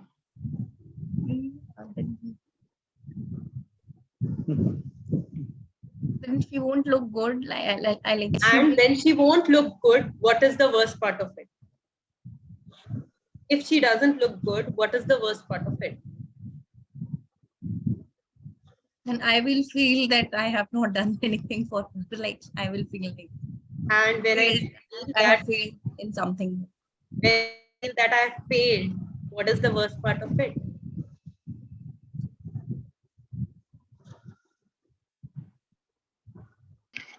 Overcritical mother will. I mean, I will criticize myself. I think And what is the worst part of it then? If I keep on criticizing myself, I will feel bad about myself. so essentially, you don't want to feel bad about yourself as a mother, and therefore you are imposing it on her, Right. which is not even her choice. Yeah. Just to make yourself feel good that yes, I'm such a concerned mother. I want to be in this illusion that I am not respecting her choices. But right then, you also feel that na, ki, matlab, you know that your skin will get dry and then you will. So it happens, it happens. Yeah. But understand the space from where I'm moving. Yeah. Like my son's skin is extremely sensitive and dry. So I Mhm. have to literally force him. And earlier, when I questioned myself, I found out that, if the skin will not peel off, one possibility that he could be in pain, but that didn't come to me. What Mhm. was the worst part of it? That people will think that she doesn't even care for Care. her children, Right. right? Yeah. And I was operating from that space. And Right. therefore, it was always a push kind of thing. Karo, laga, laga. And Right. now, when I have actually questioned my beliefs, it's not that I don't do it, Mhm. but I tell him that, if you will do it, your skin will be soft. You will not feel that rashes and that itching, Yeah. right? So it's like, he has found a midway for me that, Mama, 5 days when I'm going to school and I want to look good, I will apply this. And 2 days when I'm at home, I will not do this. Okay. All right. Okay, so the space from which I am imposing, if I'm imposing out of you my own insecurities, the child will never be comfortable, Yeah. Right. That's right?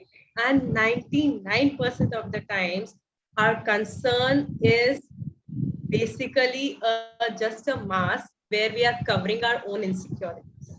that's true. That's true.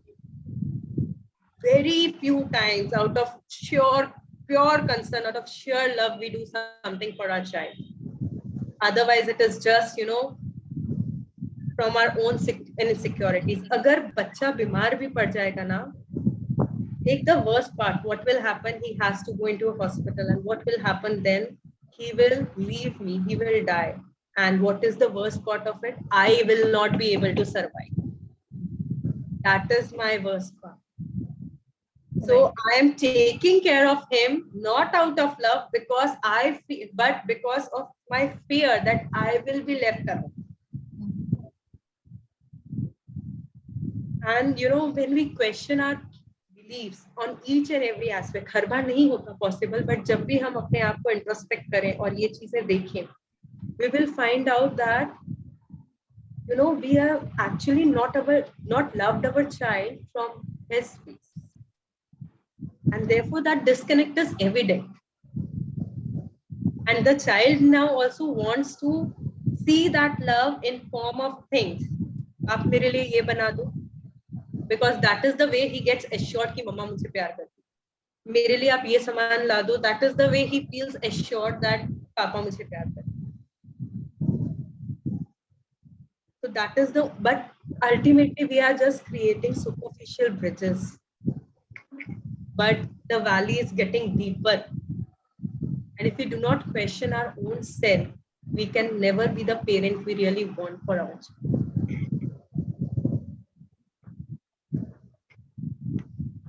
And Saurabh, is it possible for you to come on camera so that I can have a picture?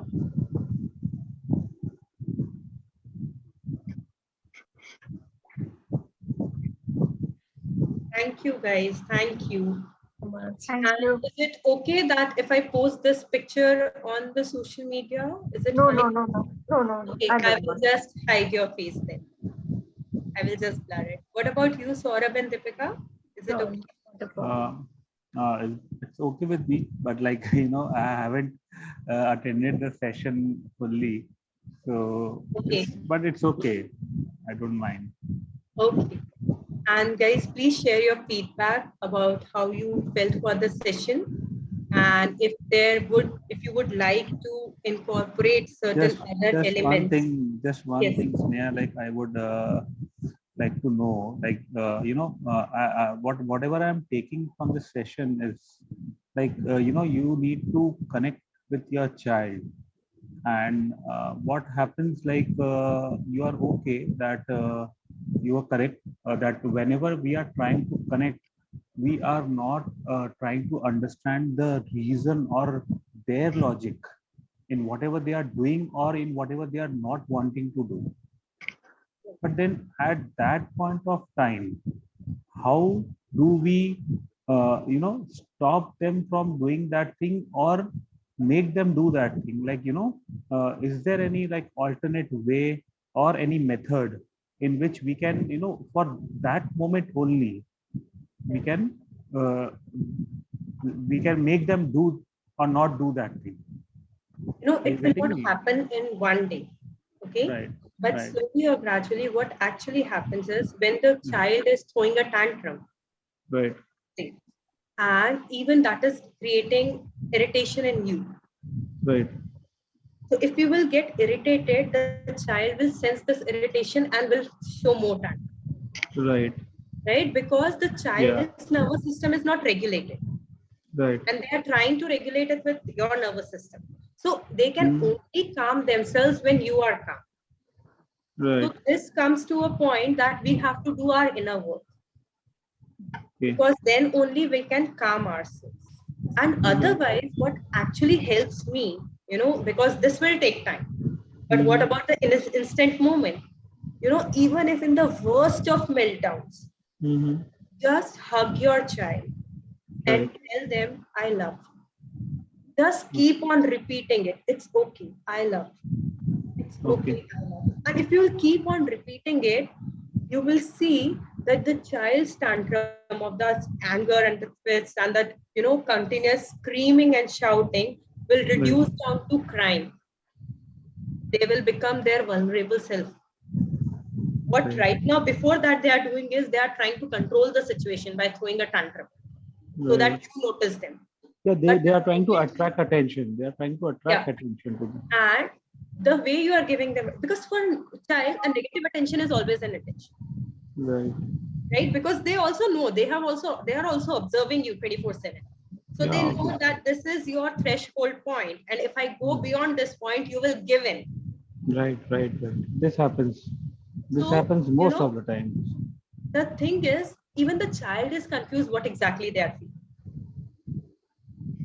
So I try to make it a point that and I do it, I can say 7 out of 10 times. 3 times even I give up, even I am on the verge of my threshold. But Right, the 7 times, whenever I just hug them, and they are like fighting and screaming and throwing their arms around and continuously telling me ये हो रहा है वो हो रहा है, आप ऐसा नहीं करते हो, आप वैसा नहीं करते हो. I just try to believe in this one single thought that my child is not fully developed. He has not full nervous system regulation, and I am Right. an adult here. I just keep on, keep on repeating this thought as a mantra, and I just keep telling them, I love you. It's okay. It's okay to feel anger. I know Right. you are angry. I know you. Yes, Suparnaji, you can. Thank you for being here. So if you just keep on repeating this, that will also calm down your child. And once they have cried, and I don't tell them to stop crying. I just tell them कि रो आप जितना रो सकते रो लो आप अपना Right. मन हल्का कर लो. And the child feels that this, even I didn't realize what it was, only when my child pointed out in school that my mama always say कि रोकर मन हल्का कर. And I feel good after it. Then the teachers told me in the meeting that your child said that they have their emotional sharing moments in the first half of the day, and then during the closure time, and then the child shared it in the group, and then the teacher called me and told me, look, this has what has happened and thank you for doing it. And then I realized, no, it is affecting my child. He feels that I am heard, I am seen. And Right. majority of the times, I don't teach him anything at that moment. I just make him, it's okay. And then I ask him what you really want now when he has calmed down. And this has become such a practice in my home. It doesn't happen with my husband. He is of, roya hai to abhi aur lagaunga. He belongs to that thought ki faltu ka rona nahi. And I am into this. So, whenever my child cries, they come to me and we have this intense rona dhuna wala moment. And then usually the other child comes to me, and he generally brings a glass of water for their sibling. भैया रोला बंद हो गया, आपका आपका मन हल्का हो गया, पानी पी लो, फिर मम्मा को बताओ आपको क्या चाहिए, आपका क्या मानेगा. And what they really demand, they actually forget about what they were crying. Right. They only want कि मम्मा मुझे वो पेंसिल चाहिए थी जो मेरे फ्रेंड के पास. So actually the trigger was from there. And sometimes we would like कि आज तो मैं आपके पास ही सोऊं. आपने कितने दिनों से मुझे स्टोरी नहीं सुनाई. And these are the very small little things which, because we cannot do that because of our own commitments. And this becomes the starting point. And after that वो सब कुछ होता जाता है, and then there is a burst out. Just like with us, in our relationships with our partners, we are like, जिस point पे झगड़ा होता है उस point पे तो हम कभी रहते ही नहीं. We Right. will just ignore our disappointment at that very moment, and then it will keep on building and building and building, and in the tiniest of incident will burst out. Will burst out, and then we will recall कि तुमने उस समय ऐसा किया था, तुमने उस समय ऐसा किया था, तुमने उस समय ऐसा किया. अरे जब इतना भरा हुआ था मेरे अंदर, मैंने उसी समय क्यों नहीं बोला. उस समय तो मैं अपने आप को पैसिफाई कर लेती हूँ, I want to keep peace, and वो सारा पीस मैं एक ही साथ सेट कर. So Right. I thing is that we have to do the inner work, that we identify the first trigger itself. Right. Things will not go out of hand if we identify our first trigger. And it comes when we become aware of our patterns. And it takes time. It is because we have learned those patterns over so many years that it has become our nature. And often in our most intimate relationships, the other person shows us the mirror. We never realize कि हम कितना गुस्सा कर रहे हैं जब तक हमारा पार्टनर या हमारे बच्चे नहीं बोल देते आप दिन भर गुस्सा ही करते रहे. We don't realize it because it is so much of our part of nature. So the first thing is to, yes, do the inner Neha, work. can Yes, just a moment. Can I leave? yes, yes, I okay. have some other things. Yes, Okay. yes, please. Sorry. Thank you for being Okay. present. Thank you. Thank you.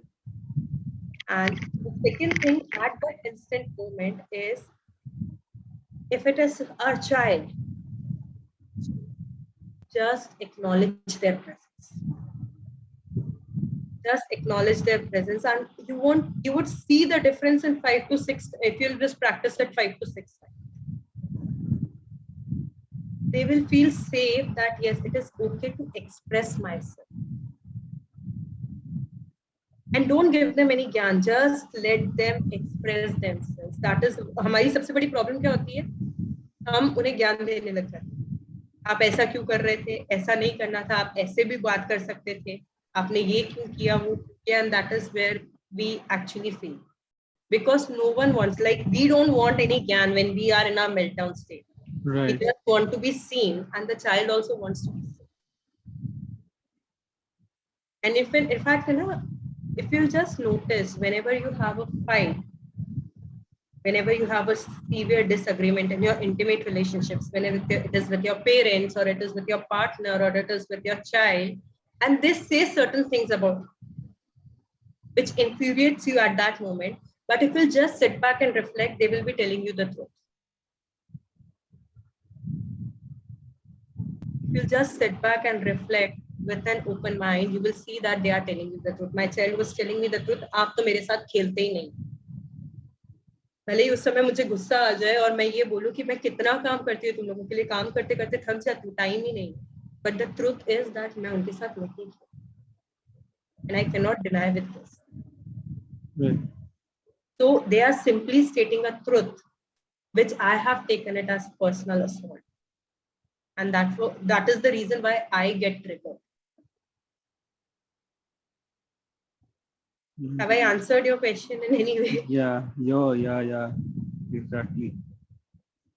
Okay, guys. Thank you so Yeah. much for your presence. Thank Thank you. you. Thank you. Bye. Bye.